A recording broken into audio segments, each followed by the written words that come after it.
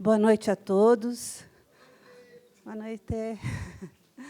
Bom, como vocês sabem, esta noite nós organizamos este evento juntamente com o Instituto Palavra Aberta. Gostaria de agradecer, então, a presença da presidente executiva, Patrícia Blanco, e da Andréa Tisserman, coordenadora do Centro de Estudos, também do Instituto. Nós vamos, hoje, debater um assunto que vocês debatem muitas vezes durante as aulas, durante encontros. Enfim, é um assunto que está na pauta, é importante para a discussão dos jornalistas e das pessoas em geral. Faz parte do quê? Do que faz parte essa discussão? Liberdade de imprensa. Ontem foi o dia de liberdade de imprensa. Então, nós estamos comemorando o Dia de Liberdade de Imprensa. E vocês já, em sexto semestre, quinto semestre, sétimo, têm condições de levar essa discussão adiante com as três pessoas, os três palestrantes de hoje. Eu não digo palestrantes, mas os nossos convidados. Dois convidados da casa, são convidados, mas são professores, e o Vinícius Mota, que é o secretário de redação da Folha de São Paulo. Vinícius, boa noite, por favor.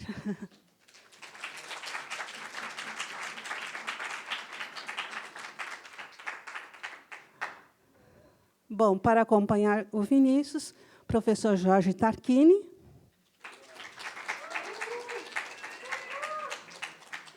E professor Leão Serva, por favor. Bom, vocês estão com a palavra. Boa noite a todos, bem-vindos. Acredito que hoje a gente vai discutir um tema que, por mais que a gente discuta, nunca vai se esgotar. Por uma questão muito simples. A liberdade ela não é um dado da realidade. Ela não é como o ar que a gente respira, que tem ar em qualquer lugar. A liberdade é algo que, além de ter sido conquistado há muito pouco tempo aqui no Brasil, ela ainda não é algo que a gente encontra em todos os lugares. A gente tem visto dados que mostram que o exercício do jornalismo, principalmente aqui no Brasil, não tem sido uma das coisas mais fáceis ultimamente. Nós, jornalistas, estamos sendo pressionados economicamente, violentamente, ideologicamente, todos os dias. O grande problema é que nós temos que entender, nós queremos que alguém nos dê a liberdade ou a gente quer tê-la nas mãos. E, infelizmente, essa é uma questão que a gente vai debater para todo o sempre. Amém. Nós não vamos nunca chegar ao ponto de falar, não, isso aqui está resolvido, viramos a página. Nós vamos por aqui ou vamos por ali.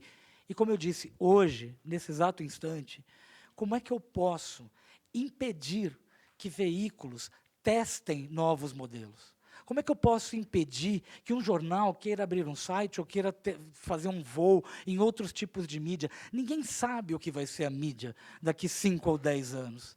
Isso é liberdade de expressão, é liberdade de imprensa. É todo mundo ter o direito de dizer exatamente o que pensa e defender seus pontos, mas, principalmente, ouvir o outro lado também. É isso. Obrigado. Eu vejo duas grandes ameaças à liberdade de imprensa hoje.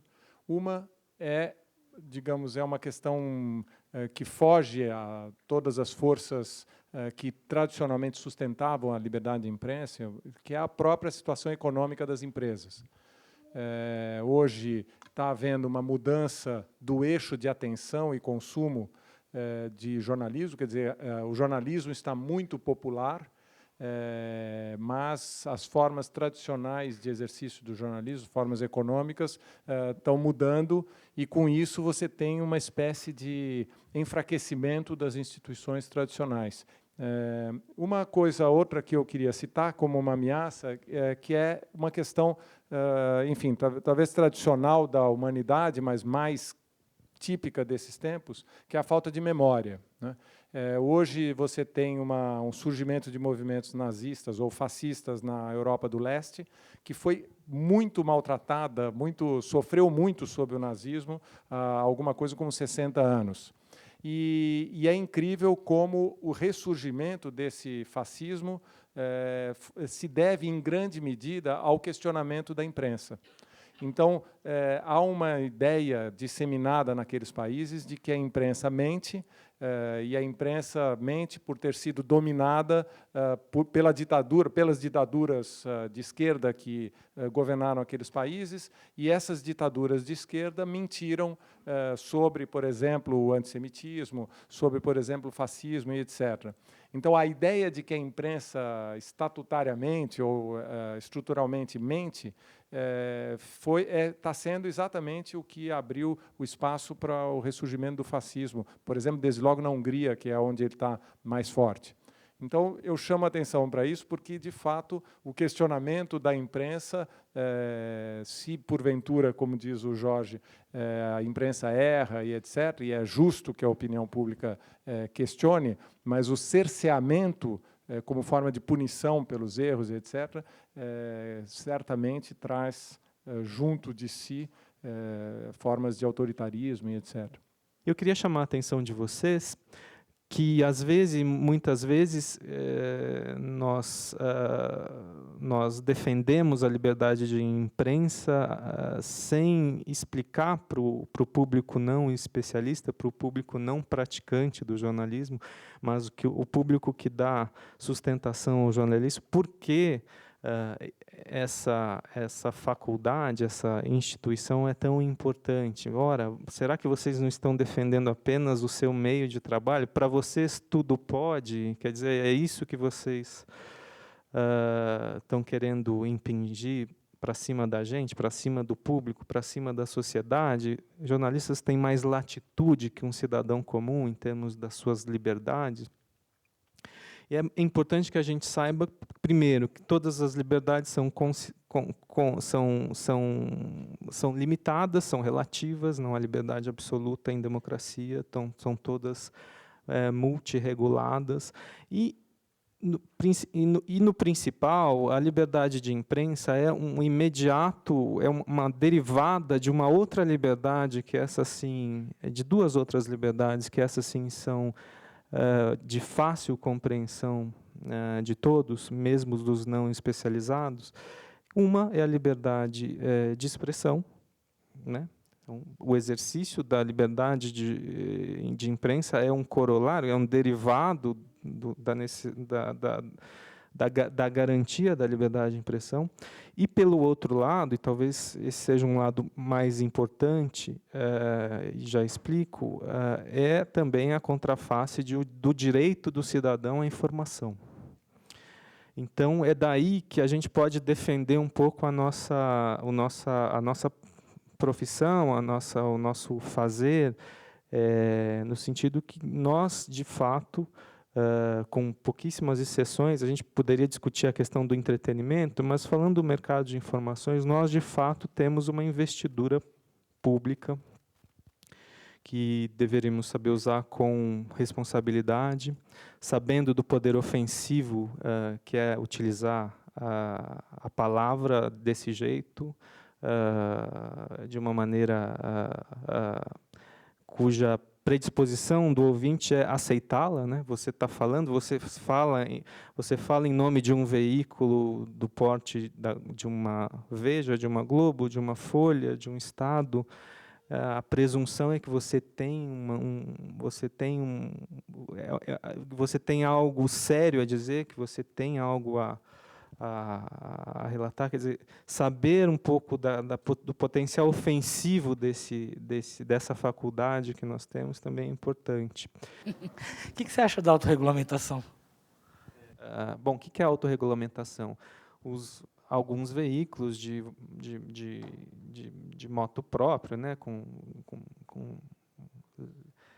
a sua livre vontade, se associam e criam, sei lá, ou criam algumas regras de convivência básica do jornalismo, eventualmente algum comitê para fazer a arbitragem de quem escapou a essas regras, e, enfim, dão uma satisfação para o público que é constituída no próprio mercado. Quer dizer, não tem governo aí, Eu não acho uma solução necessariamente ruim, mas eu sou um pouco mais liberal que isso. Eu acho que a competição e que essas condições de mercado e que o desenvolvimento da própria disciplina empresarial e jornalística, ela já obriga os veículos a se diferenciarem pela qualidade, pela transparência, pelo diálogo com os seus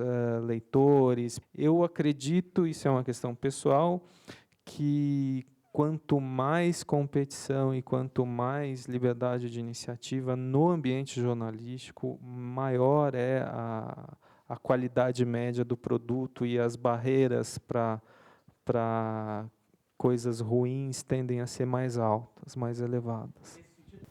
Eu sou a Daniela, eu estou no 7º semestre. A pergunta é o que a gente tem a aprender para tentar adotar na imprensa brasileira que a BBC tem a oferecer, nessa diferença de modelo econômico e talvez na diferença de conteúdo, para tentar ter mais liberdade, depender menos do financiamento publicitário, do Estado, enfim, sair um pouco dessas duas amarras. Todos sabem, a BBC recebe um fundo, já desde o começo do século passado, de X por casa britânica a cada ano, tá certo? Então, independe completamente do governo esse valor, esse orçamento. Mesmo assim, no parlamento inglês, se os Estados Unidos é a democracia, digamos, mais antiga que a gente tem, indiscutivelmente, mas a Inglaterra também tem formas que vieram avançando de democracia ao longo de 1000 anos, tá certo? Mesmo assim, no parlamento, os governos, digamos, feridos por criticismo da BBC, exercem algum tipo de pressão. Então, o governo Thatcher, por exemplo, entendia que a BBC servia ao interesse da oposição trabalhista. Então, ela trabalhou muito no parlamento para pressionar a BBC. E depois, sucessivamente, cada governo se sentiu ferido pelo criticismo da BBC e, digamos, procurou manietar a BBC via parlamento, né? Alterando, reduzindo a taxa em nome do fato de que agora ela tinha publicidade e assim sucessivamente. Então, não é totalmente imune. A TV Cultura de São Paulo tem uma situação semelhante. Ela é uma TV pública, mas ela não é governamental, tá certo? Ela tem uma dotação do orçamento do Estado de São Paulo que independe da vontade do governante, embora esse orçamento não seja o suficiente para pagar a conta dela. Então, constantemente, o governo do Estado tem que dar um dinheiro, e aí o governo do Estado exige, ou pressiona, ou, enfim, põe a mão pesada. Boa noite, meu nome é Guilherme, eu estou no 5º semestre. Eu queria perguntar para vocês sobre a questão do sigilo da fonte, porque eu acho que hoje a gente tem muito essa questão de impasse, porque, por exemplo, você vai publicar uma matéria que é um furo de reportagem, que é uma denúncia contra um político específico, por exemplo. Aí a sua principal fonte pede para manter o sigilo, como foi no caso Watergate.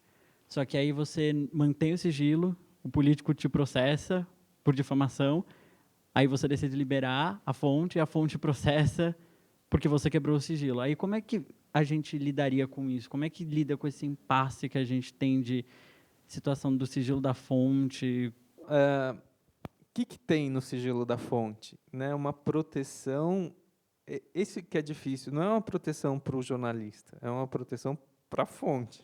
E é uma proteção para que o cidadão possa ser informado. Quer dizer, eventualmente, se eu não lançasse mão do sigilo, muitas informações, você citou uma aí, o Watergate, eu posso citar outra aqui, por exemplo, a série de matérias da Folha que acabaram com a saída do ministro Palocci logo no início do governo Dilma.